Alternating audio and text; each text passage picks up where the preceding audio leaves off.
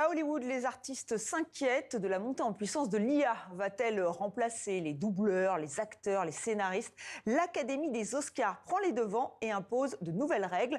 Nous sommes en direct de Los Angeles avec Didier Alouche, notre correspondant. Qu'est-ce qui va changer, Didier? Bonsoir Estelle, bonsoir à tous déjà. Ce qui va changer, c'est surtout la perception de la question de l'intelligence artificielle à Hollywood.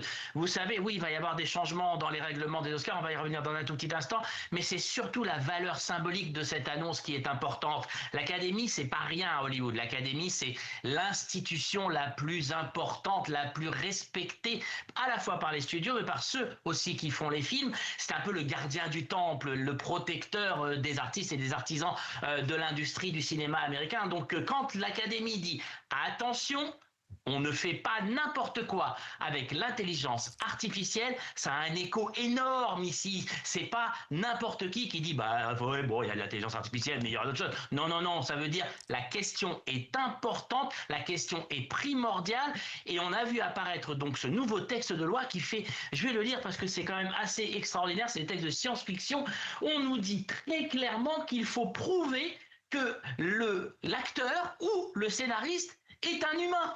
Ce qui est fou, on voit ça dans un texte de loi. Aujourd'hui, ça prouve à quel point la question de l'intelligence artificielle est prise au sérieux par tous les artistes, par tous les artisans, par tous ceux qui font le cinéma américain ici. Mais alors Didier, est-ce que la sortie du film avec Val Kilmer, un acteur décédé, mais qui est donc dans ce film, dans une version générée par l'IA, est-ce que c'est ça qui a déclenché ce projet de loi?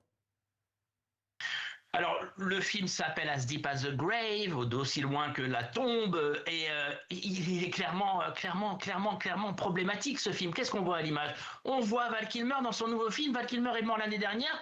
Il a commencé le film, il n'a pas eu le temps de le finir.